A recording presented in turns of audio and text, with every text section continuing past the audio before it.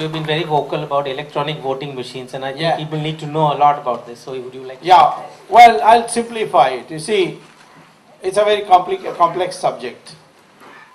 When we had ballot system, we had voter fraud, no doubt. But it was all retail in one constituency, one booth like that. This electronic voting machine is wholesale fraud. In fact, according to my estimate, I am willing to say it here, I've said it in the court, so it's not it's a part of the public record. 90 seats won by Congress party in 2009 was due to electronic voting machine and not due to the public vote that they received. And the way we have proved it is, prima facie, is to show that in each of these constituencies, when you go polling booth-wise analysis, there are about 1/3 of polling booths where a party like the BJP or Telugu Desam or Ranna DMK gets 0 vote or 1 vote or 2 vote. That's impossible, because in every polling booth, every political party, even Janta party has 5 workers in a polling booth, and therefore with their families you have 25 votes. So how is it possible? So anyway, the crux of the matter is that in the High Court, when the Election Commission was opposing my demand for introducing a voter receipt like in the ATM, which the person sees and then tears out the voter receipt and puts it in the ballot box before going out. If you can't do that, let us go back to ballot papers.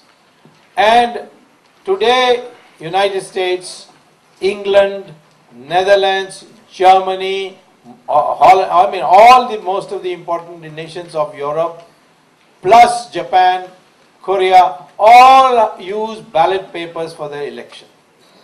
India, Nigeria and Venezuela are the great countries which use electronic voting machines. I don't know whether they are bigger democratic countries than the Americans and the English and the Germans and so on. But anyway, what I was surprised is that the Election Commission claimed that this is a unique machine which cannot be rigged. So I took a couple of friends of mine from Andhra Pradesh, software engineers, and went to the Election Commission to demonstrate. Because the Election Commission invited me saying, you made this public statement, please demonstrate. I went to demonstrate. And they videoed the whole thing. And then my friends, V.V. Rao and Hari Prasad, they both set about working on this, and they started taking the parts apart to show that the rigging, how it can take place. And suddenly the Electronic Voting Machine, Electronic Corporation of India and the Bharat Electronics Limited, who were present there, objected, saying, no, this is a violation of our intellectual property rights. We have patents and this is all violation of that. These people are stealing our model and all that. And they aborted the meeting. They didn't let the meeting go to the point where I could demonstrate that the machines can be rigged. Now, after that, poor Hari Prasad came to Maharashtra and they said, you stole one electronic voting machine from the Election Commission and put him in jail here. So, with the support of Mr. Jagdish Shetty, we were able to get him out ultimately. But he spent quite some time in jail. For what? On a fraudulent charge that he had stolen an electronic voting machine and then later on television showed how it can be rigged. He should be given Bharat Ratna for demonstrating that, not putting him in jail.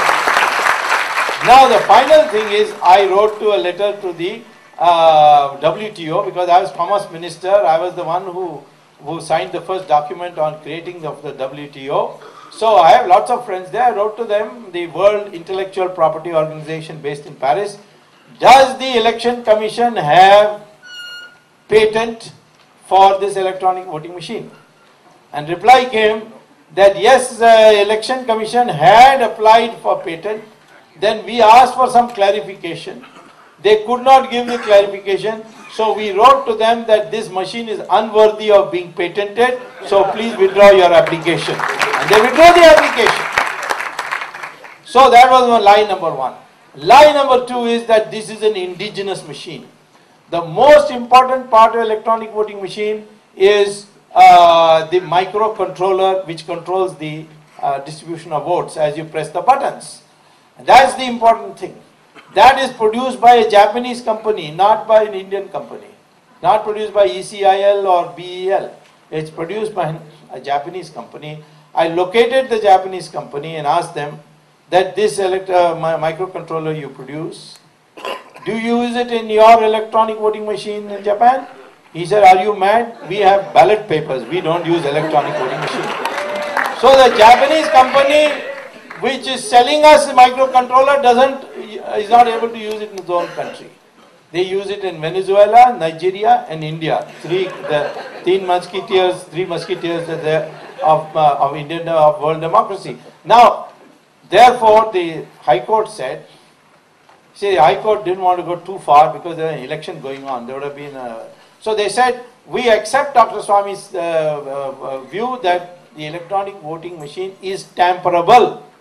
And therefore, the Election Commission should now enter into a full-fledged discussion with all stakeholders and come to a conclusion what should be done. The Election Commission has given an assurance that they will introduce voter receipts. If they don't do it in the next 3-4 months, then I'll go back to the court and say, please supervise this. If tomorrow in the UP elections, if the Congress party gets more than 25 seats, then it is the microcontroller which has won.